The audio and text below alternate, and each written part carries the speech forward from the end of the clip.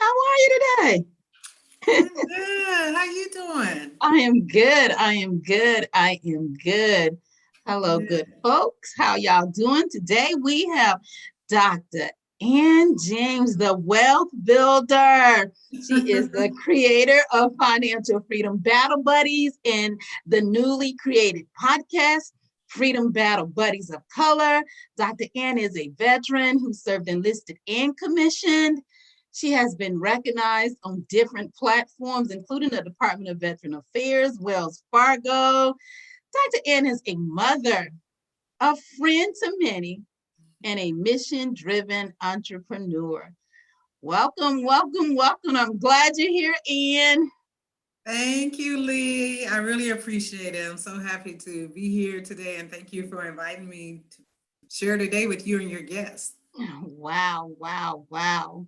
So, Dr. N, what I really want to do is thank you. I want to thank you for helping me to kickstart this military series and to kickstart my new podcast, From Successful to Significant, where success is optimal. So, Ann, what I'd really like to do is for us to just chit chat a little while, okay? I'm all for Great, it. great, great. So, Doc, and I was able to highlight not who you are, but some things, some titles that you may be recognized by. Will you take a moment and introduce yourself? Tell us about yourself, what it is that you do, who you are. Yeah, great. Yeah, you hit on a lot of the main points with the intro. Like you said, I'm Dr. Ann James, also known as the Financial Freedom Battle Buddy. I'm a certified financial coach and counselor. And right now, I help the military members of the military community or veterans regain control of their finances so that they can experience freedom and live life freely. As you mentioned, yes, I've been featured on several platforms, whether it's working with the Department of Veteran Affairs, um, Penny Hoarder, USA Today, just wonderful opportunities. Some of you might be wondering, well, why a heart for the military? As you mentioned, I am an Air Force veteran, served 21 years. Part of those was in the enlisted rank, yes. And part was in the officer ranks as well. But Lee, if I must, yeah, those are all the highlights, about me. But really, where my journey started, was long ago. I joined the military straight out of high school to get money for college and to travel and stuff like that. But along the way, I PCS overseas after various jobs, fell in love and ended up getting married. And shortly after that, I got divorced. But within that time frame, I had my daughter, my one and only daughter, Kayla. So really an experience that I had with Kayla when she was diagnosed with autism is really what changed my life, to help me to realize that I had to get my financial affairs in order. And that's where my love for helping others to do the same, because I remember, and my mom always told me that you always have to be in a position to take care of yourself and your children. But the way that I was living, because I was Miss Independent, the military provide everything for you. They pay for your food, they give you a place to live, they even give you clothes to wear, right? They do all of that. They give They you do. money for all of it, They right? give you money for all of that. So I was enjoying it and traveling and spending money like crazy. And I had the credit cards to pay for it. So the way that I was living was not putting me in a position to take care of myself and my daughter. So it was at that moment that, I realized I had to get my money in order. So with the life lessons that I've learned, I'm now on a mission to help those that are still serving in the military or those that have served to regain control over their money and to conquer that battle. So that's who Dr. Ann James is. I like, Ann, how you said regain control. It's like that we all lose control. We lose it. Yeah, we all lose control if we ever have it. So Yeah. I like that word regain, regain, regain. Can you do me a favor, Ann? Could you talk to me about your successes or your missions of significant, while you served in the military, either enlisted or commissioned, or if you want to tell us how you went from one to the other, I'd really like to know about some of your successes while you served in the military. Yeah, the military was my foundation. The only job I really knew, I worked at McDonald's before I went in, but I went in right after high school. So it was really the only thing that I knew. So started out enlisted. I wanted money for college. Um, so I was fortunate enough, one of the success stories that I have is that I was fortunate enough to work for supervisors that allowed me to take classes online. Well, before the online thing got big, I could go to the education center at lunchtime and take classes. So I was very fortunate with that because I worked personnel or human resources. So, I worked the standard 7:30 to 4:30. So I really didn't have the hours to worry about, like some people work swing shifts or graveyard shifts, and couldn't take advantage of those opportunities. So I was fortunate to work for individuals that allowed me to take advantage of those opportunities. But it wasn't always great because there was a point at about 10 years in, Lee, I was going to get out. Wow. Yeah, I was still a single parent at that time, but I was just unhappy. I knew that I was tired of people telling me what to do and that type stuff. But it really boiled down to was that I didn't like my supervisor at the time, right? I just didn't like the person and I didn't like where I was at. I was in Texas, Abilene, Texas, and I didn't like it. But I had someone encourage me and let me know that, Ann, don't make a lifelong decision based off of people. One person at that. One person, because that person can be up and moved at any given time. So, with that, I said, yeah, that you're right, and I decided to stay because, once again, I had got accustomed to the paycheck, the benefits. I was still a single mother and my daughter had special needs. She had earlier got diagnosed with special needs. So, I was afraid I wanted to get out, but I was afraid to get out.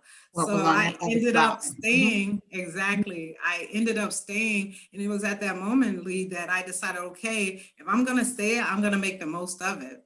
So that's when I looked in becoming an officer. I had my bachelor's at the time. And they were looking at this special program. If you had your bachelor's, if you within,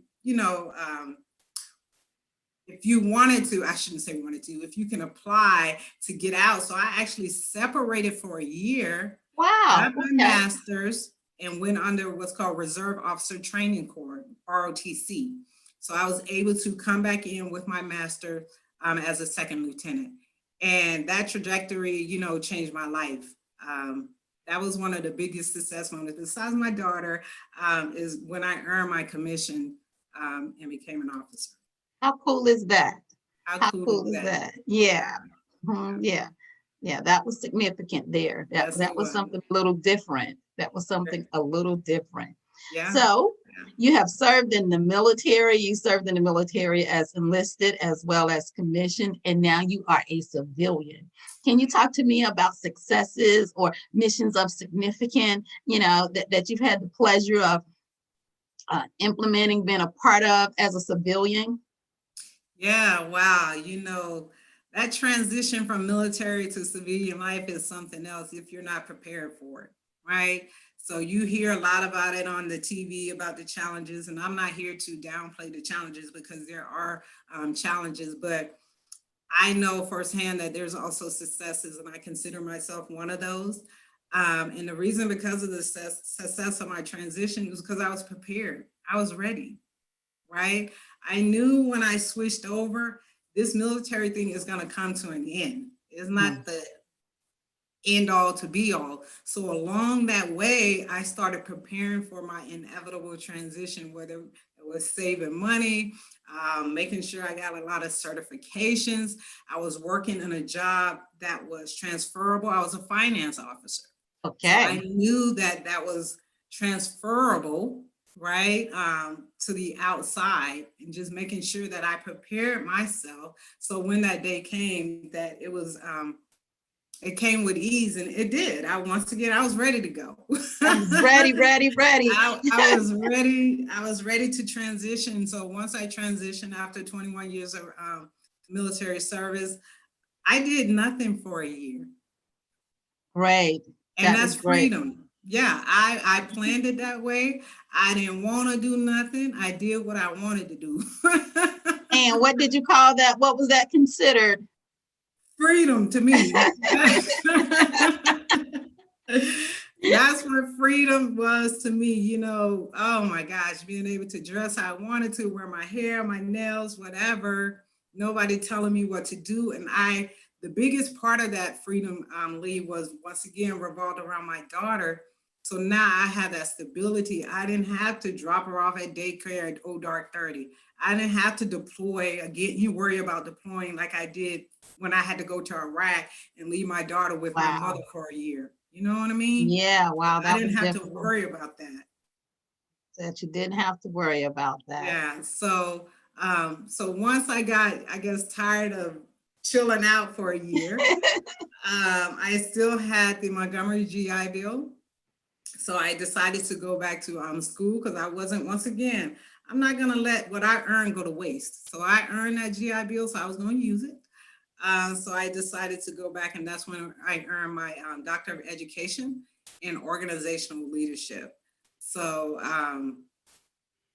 yeah, it's just so many wins or successes since I transitioned. And the biggest one yet is once I decided to step out on faith and go into business for myself, to become an entrepreneur for myself. Like I mentioned earlier, reaching back, taking the things that I learned from my personal experience, from my military experience, from my education, and helping others along their journey to financial freedom. So financial freedom, I really like hearing you talk about financial freedom. I do. So you do finance. You was a finance officer in the military. You know, you're educated in organizational development. So you really know finances. You know organizations. Talk to me about how an individual, you know, who's working in an organization or create their own organization, you know, as you did. Can you talk to me about how they can begin to build wealth? Wow. It's so many things. I know a lot of people, they start with the numbers, right? They start looking at the numbers. When you hear wealth or legacy, you start thinking about the money. But for me, when I work with my clients, we really start with their mindset. Where are you coming from? Why is this important to you? What limiting beliefs do you have around money that you have to address first in your mindset before you can see it manifested in your finances? So that's the biggest area, whether you're an entrepreneur like myself. I know a lot of friends, they want to start, you know, their own business and that type of stuff. And I always say, well, you got to have your personal finances in order before you can have business finances, right? But it really starts with your mindset. Regardless of what type of organization that you work in, it really starts with self. Why is this important to you? Because that why is going to help you when on that journey, which can be long, right? It's not a destination. It can take years. So you're going to need something that motivates you for the long haul and digging deep within yourself. I help them to pour that out before we get into the wealth building piece of it. Before we get into the numbers, we figure out what's going on in your mind so that when you run into those obstacles, you have a solid foundation. You have a solid foundation. Can you talk to me, Ann, about what some of those limited beliefs might be? Yeah, I mean, you know, our past is a limiting belief. Like, personal example, my family didn't come from money. I understand, neither did mine. Right? Okay. Right? Exactly. So if that's all we saw or all we knew, then we may think that's all that's meant for our future. Like, who are we to try to better ourselves? And you know, our family don't help sometimes because family members be the first one. There you go, be in your ear. Oh, you miss uppity, you this, you that, you know. Doctor. Dr. Ann. Yeah, Yes, ma'am. So yeah, it's those type limiting beliefs. Like you have to first believe in yourself, that you can actually do it despite your past, despite where you came from. And with that, you have to make sure that you surround yourself with like-minded people. You hang around broke people, you're gonna be broke, right? Yeah, that's So what you that's believe. yeah. So those are just some of the things that, or another one that's very important, I think, is a scarcity mindset. What's that? Instead of having a mindset of abundance, Mhm. like lack, you always see lack or never have enough, that type stuff. And to be honest, I lived there for quite a while myself. I had that scarcity mindset because I knew how I grew up. So that's all I knew. It was like, okay, well, I can do this, but I can't afford to do all that. I can't afford to do what they doing type stuff. But you have to break those chains, um, to really set yourself on that path. But it starts, yeah, with addressing those limiting beliefs. And a lot of time, Lee, a lot of those limiting beliefs, we're not even aware of. We're not. We're not. We're We're not not. even aware of them Let me ask until you a someone difficult starts question. asking a question. Mhm. Yeah, so Hey, and self-awareness. so let me ask you something that's quite difficult. You talked to me about those limiting beliefs, and you said that for a while you were sitting in that yourself. Can you tell me what was your process? How did you come out of it? How did you flip those beliefs, shift that Wow. mind? Yeah. It started for me, a lot of it was self-education because, money wasn't talked about in my neighborhood. Besides, oh, you want something extra, you better get a job. That's Get as a far as, job. it wasn't savings and all that type stuff wasn't talked about in my household growing up. So really it was starting about self-educating myself, reading books, um, going to seminars. I remember back in the early days in my military time, the chapel used to have this thing called Financial Peace University. It was this Hmm. course that they offered. And I went through that. It was offered by Dave Ramsey, his Dave program. Ramsey. Yeah. So I went to that and I drank the Kool-Aid and I just self-educated myself. Susie Orman, Patrice Washington, it's just surrounding yourself, seeing other people doing it, especially other people that look like me, like Patrice Washington. That was very important. Um, that's really where it really started for me. So believing that I can do it and just finding a plan and a process and working that process, but keeping in mind that my why. All along my journey, it was about my daughter, leaving that legacy for her. When I'm no longer here because she, has special needs, I didn't want my daughter to want for anything, to go Not for without anything. anything. So for me, I knew, okay, you got to get your stuff together because it's no longer about you. It's about somebody else. And because of my daughter was my constant, driving force behind all my actions to get rid of those limiting beliefs. It wasn't perfect. Was every day perfect? No, but it's a journey, and along the way, I kept getting better. I kept getting better, and I kept getting better. So with that, I ended up once, pulling myself out of the trenches. I was able to pay off over 300,000 debt in 3 years. Go ahead. Really? Go from a negative, net worth to a seven-figure net worth. Wow. Oh We. yeah, yeah, yeah. I So you can like do that. anything you set your mind to, right? You can do anything to set your mind to. And I don't want your audience to think, oh, she was able to do it because she was a doctor. No, this happened in 2017. I'm not a medical doctor either. I'm a doctor of education. Okay. So, no, this was just getting smart and just being focused and having your priorities in order, which allowed me to do those things. So, yeah. Okay, she said she is an expert in education, and that's what she was out there seeking. She was seeking the education. So, how do you pass this education that you have about financial freedom and building wealth? How do you pass this on to others? Yeah, the main way that I pass it on to others, when I work with, individuals, I have a proprietary system that I work with that is called Battle. So Okay. BATTLE, or my money battle plan. So the battle, and it's the plan that I actually use, like I said, to pull myself up out of the trenches and being able to pay off 6 figures of debt. But the battle plan, the B stands for believing in yourself, right? Okay. Like I said in the beginning, you have to believe that you can do it no matter what you have seen in the past or what you may think in the future. You have to believe that you can actually do it. So that's what the B stands for.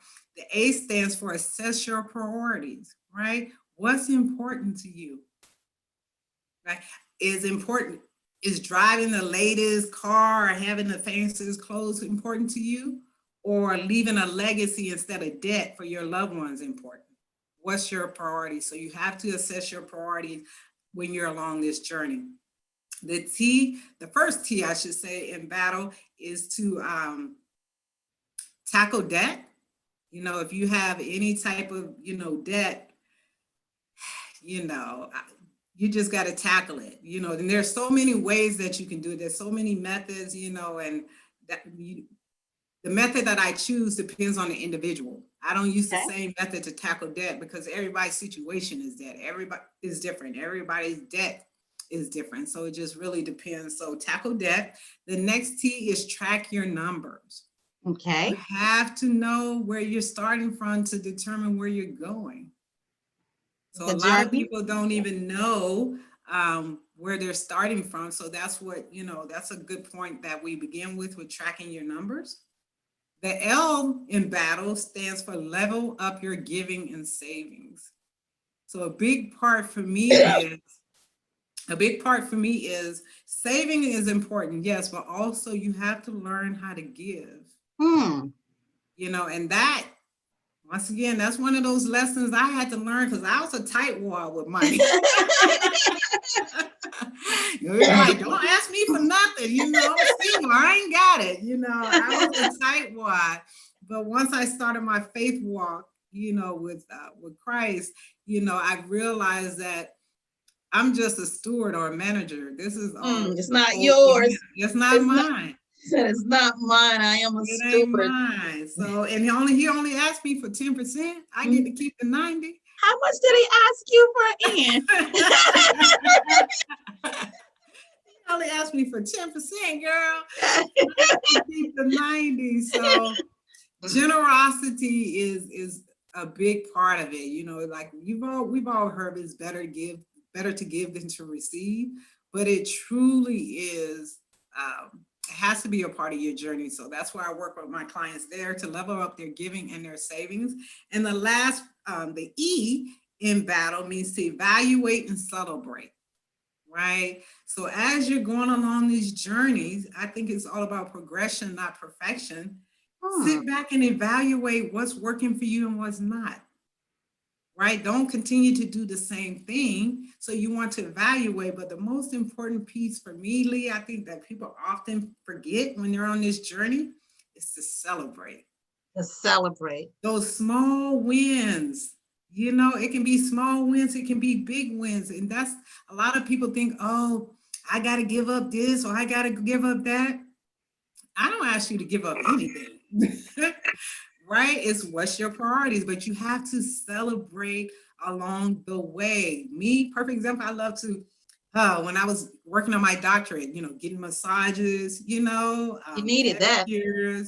Whatever, little things. Granted, yeah, I had a big celebration once I graduated, went on a trip to the Dominican Republic, but you have to celebrate your wins no matter how small or big. And another point I want to make about the wins, Lee, is that it's not all about monetary wins. It can be that mindset shift that we talked about that's so important. You recognize that, hey, I don't think the way that I used to think. I don't look at money the way that I used to look at money. I've grown. That's a win.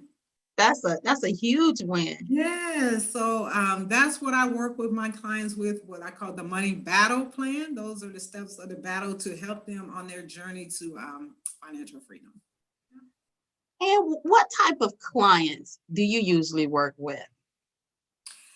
The main type of clients that I love to work with, of course, is my military family member, community, either Yes. those that are either women, specifically women, thank you for asking, specifically women that are still serving or have served in the military that wants to regain control over their finances. Granted, that's not saying, oh, I never served, she won't help me. I'm not saying that at all. It just really depends on if we're a right fit, right? Because the name of my business is Battle Buddies. Okay. So, What does right? that So, mean? What does that mean? And yeah. for the So, ones that haven't served, what's a battle buddy? yes, the Battle Buddy, if you're in the military that's drilled into you, whether you're in a deployment on combat or not, is that person that you can depend on no matter what time or day. You can pick up the phone to call them. They got your back. Your left, your right, they're there for you. Right. And that person can tell you the truth. It may hurt, but you receive it. It's coming from a place of love. And that's what a battle buddy is. And that just goes back to say that not everybody is a fit to be a battle buddy. Right? Not everybody's a fit to be your client then, eh? Not everybody's a fit to be a client because I'm that coach. I give out tough love. Right? Doses of love, tough love. And if unfortunately, if you feel like you can't take it, I might be too abrasive, and that's fine. There's other coaches out there. I have friends. I might can refer you to one of them.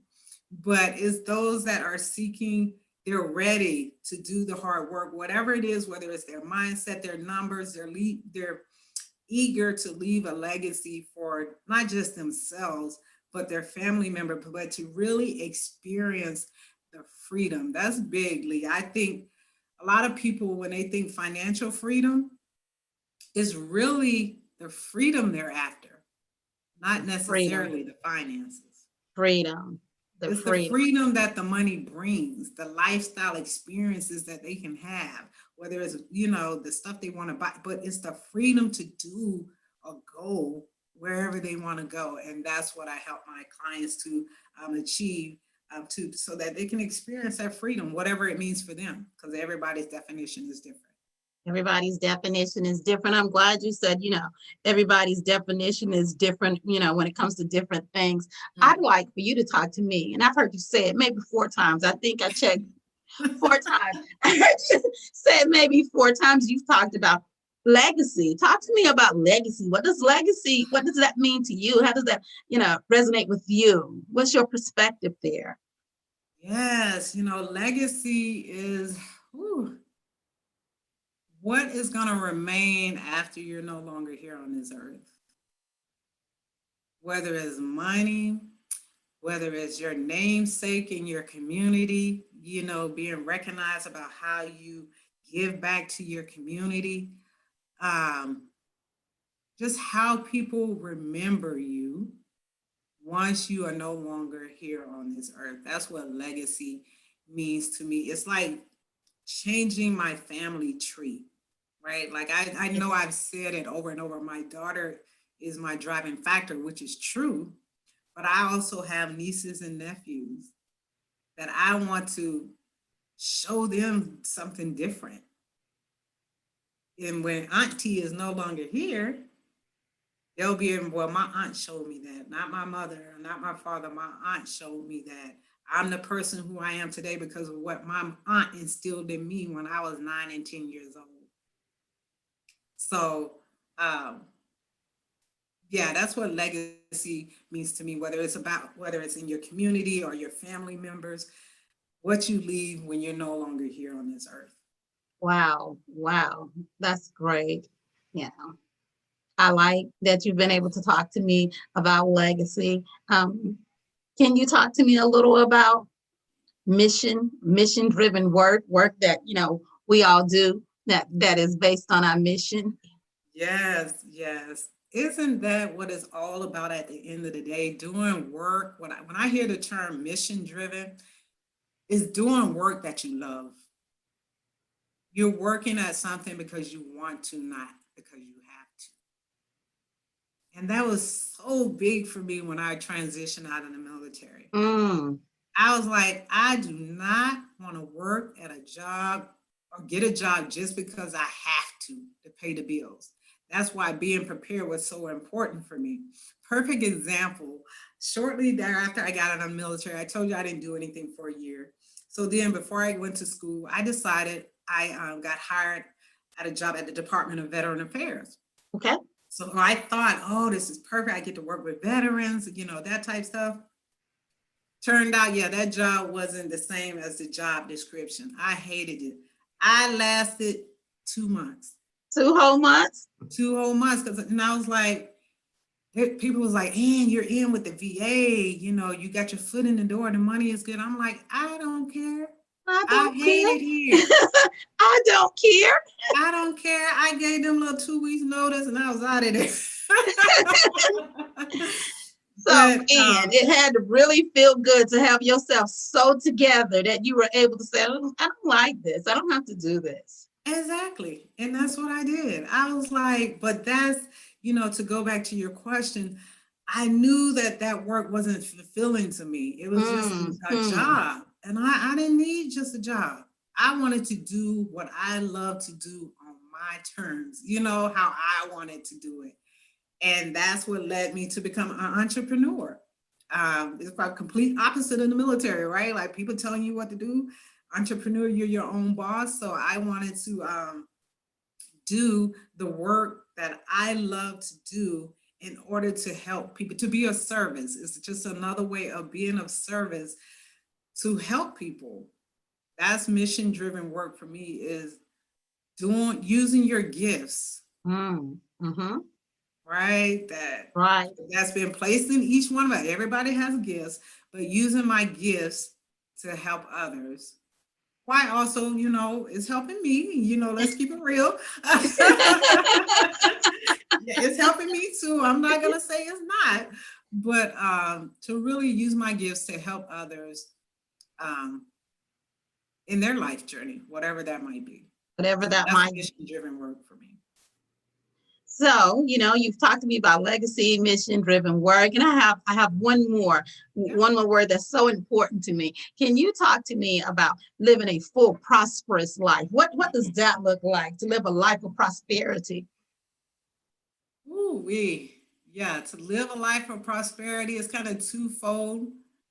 We hit on it a little bit. One of them I mentioned in my battle plan was level up your giving. Right. So to be able to live a prosperous life, once again, we're only managing it, right? We're not doing nothing. So to live a prosperous life is to be able to help others. And once again, it's not about finance, it's all about money. You can give up your time, your love, any of it, so being able to give in whatever avenue or realm that means of importance to you. That's important as well. A prosperous life for me is to be able to do what I want when I want without ever worrying about money. And it sounds like autonomy means a lot to you. That's one of my core values, I guess, is that, is that freedom, just being able to give back, putting yourself in a position or being placed in a position where you've been given so much to not only enjoy the life that you're living, but to also bring along people with you so that they can enjoy it. She said, lift as I climb, lift as I climb. I love that. Yes, I love that. So that's what a prosperous life, once again, it's not just within your immediate circle, it's also going out to help others in your community. To better itself, don't sit around and complain about this ain't happening. My pastor said that one time. He was like, don't complain about something if you're not using your gifts to help to make it better. To make it better, to help make it better, right? Yeah, not perfect, but just better, right? Better each day. So, and enjoying it, doing it cheerfully and just enjoying life. Just the I like that you said joy. For me, joy is like joy is the currency. I'm like, it's not money, it's joy. Why do I want that money? For joy, so that I can continue to be joyful and enjoy so many different things in life. Joy, that's currency. Yeah. Joy is currency. I love that. I love Joy it. is currency. Yeah, I love it that. is. That's the new currency. I love it. Yes, So, indeed. and I work with, well, not I work with, high achieving, smart, conscious women. They work with me when they want to push past being successful and embrace being significant. And I ask you these questions about legacy and mission driven and prosperity because, that's the realm of what it is that I do with individuals. Um, but I have people in my inbox sometimes saying, they would like to work with me, but they don't consider themselves high achieving. And so I feel like, women need a little help when it comes to self-esteem and self-confidence and self-worth. Can you, Anne, can you give me your perspective of what is a high achieving woman? Wow. What's a high achieving woman? It's based on the individual, like whatever goals that person may have for themselves in their life. Like, okay, I wanted to be, go to school and get a doctorate, right? Where somebody else over here may not have a doctorate, but that doesn't mean that they're not as successful in life as I am. So it just really depends on what the individual, what they feel is success for them, right? That what does success mean for you? Some women is, hey, success is being able to stay at home and homeschool my children and not work outside of the home. Yes, right. That makes That's that person high successful. achieving, right? Yeah, Yeah. okay, very high Mhm. achieving. Mhm. Or our teachers, right? That we know that they don't get paid a lot of money, but the impact that they have That impact, makes them high achieving women. right? So it just really, wow, it's just such a big word, a big, um, yeah, just to look at it, it's just so widespread. It has so many definitions that it really depends on the individual. But I think the bigger question that goes with that is, why is it that women don't see themselves as such? Right. That means lots of work needs to be done. That Yeah, means that lots of work needs to be done to help individuals with their self-worth that's and it. their self-confidence, esteem, who they are, help them to identify those gifts and lean into those strengths. That's it. Right. That's it. Right. That's where the work. So not necessarily of what does high achieving mean is, okay, well, what does that mean and why do you not see yourself as such? Why do Right. you not identify yourself as a high achieving woman? That's really what you got to get down to the root of the problem, It is. It right? is. Like, yeah, and that's where you come in to help them to do just that. And I had to break that down a little bit. I really did. I had to break that down. I'm like, see, because I can't get to them if I'm talking to high achieving women and they don't identify themselves. She's not talking to me. She's not Wow. talking to me. That went right over the head there. Yeah. Mhm. No, that's a great point, right? Right. That is a great point, but I guess it comes back on you then. It's like, Mm-hmm. okay, but how can you reach them? If you know there's women out there that may be thinking that way, what can you do to resonate with them? I'm Is breaking it it the down. words that you're using? Is your mark, or, is your, Yeah. Mm-hmm. are you using those big fancy doctor words? Mm-hmm. I don't think high achieving is a doctor word. Is that doctor word in? So I don't think so, but some people might. Some people Some may people get might. intimidated by, you know what I'm saying? Yeah, I do know what you're saying. The Dr. Ann and the Dr. Lee. It was like, well, ooh, I'm not a doctor, so she ain't gonna work with me. Oh, she's gonna work with me. See, that some Work people. with me. So yeah, like you said, we got a lot of work to do, to dig, to find out how can we get to these women, right? that are not identifying to where we want them to be, to see in themselves. Why not? And For how them can to they? see in themselves, yeah. That's it. Yeah, that's For the them work. to see what their self-worth is. That's I it. got one last question for you, Yes, and ma'am.